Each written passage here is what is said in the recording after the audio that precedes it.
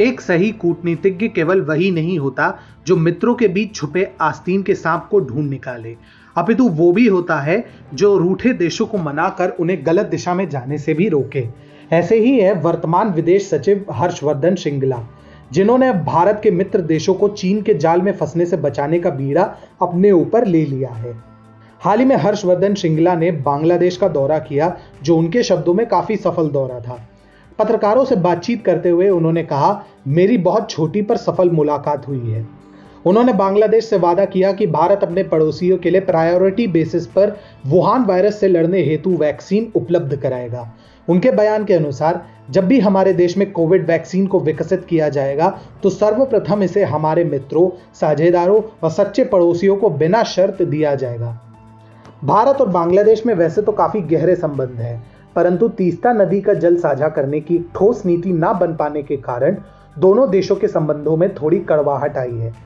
दुख की बात तो यह है कि ये कड़वाहट नई दिल्ली की वजह से नहीं, बल्कि पश्चिम बंगाल की मुख्यमंत्री ममता बनर्जी के घमंडी स्वभाव के कारण आई है। अब इसी तनातनी का फायदा उठाते हुए चीन ने तीस्ता नदी के सहारे बांग्लादेश में अपनी पैठ जमानी शुरू की है। बांग्लादेशी मीडिया रिपोर्ट्स के अनुसार चीन करीब $1 बिलियन अमेरिकी डॉलर का निवेश कर रहा है ताकि सूखे के वक्त बांग्लादेश में जल आपूर्ति में कोई बाधा ना आए। बेनार न्यूज से बातचीत के दौरान जल विकास बोर्ड के additional chief engineer Jyoti Prasad Ghosh ने बताया, तीस्ता नदी के लिए एक विशाल प्रोजेक्ट की नींव रखी जा रही है जिसे चीन फंड करेगा। हम आशा करते हैं कि यह प्रोजेक्ट दिसंबर से प्रारंभ कर सके। अब भारत ये कतई नहीं चाहेगा कि चीन बांग्लादेश को वैसे ही अपने पाले में ले जैसे उसने नेपाल को लिया हुआ है। ऐसे में हर्षवर्धन श्रृंगला को स्थिति संभालने के लिए भेजा गया। हर्षवर्धन श्रृंगला का बांग्लादेश में काफी गहरा कूटनीतिक प्रभाव है। 2016 से 2019 तक वे बांग्लादेश में भारत के उच्चायुक्त भी रहे हैं। इसके अलावा उनके संबंध बांग्लादेश की प्रधानमंत्री शेख हसीना के साथ भी काफी मजबूत हैं। परंतु हर्षवर्धन श्रृंगला केवल बांग्लादेश तक ही सीमित नहीं है। अब वे एक और मित्र की सहायता के लिए जल्द ही निकलेंगे, जिसका नाम है म्यांमार। वहां की सेना और वहां की जनता चीन की हेकड़ी से काफी तंग आ चुकी है और वह चाहती है कि भारत उनकी तत्काल प्रभाव से सहायता करे।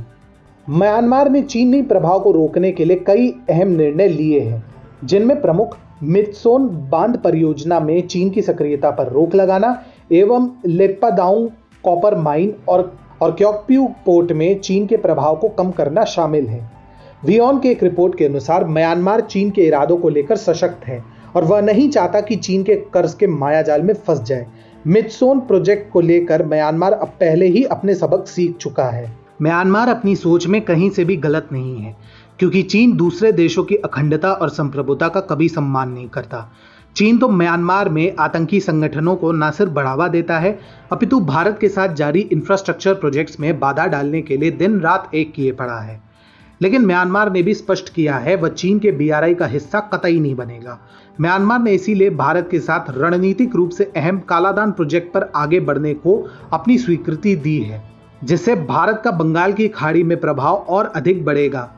ऐसे में हर्षवर्धन श्रृंगला का म्यांमार दौरा इस बात को भी सुनिश्चित करेगा कि भारत और उनके पड़ोसियों के बीच के संबंध मजबूत हो और चीन का प्रभाव कम से कम हो। अपने कूटनीतिक कौशल के दम पर हर्षवर्धन श्रृंगला भारत के लिए एक संकट मोचक के तौर पर उभरकर सामने आ रहे हैं।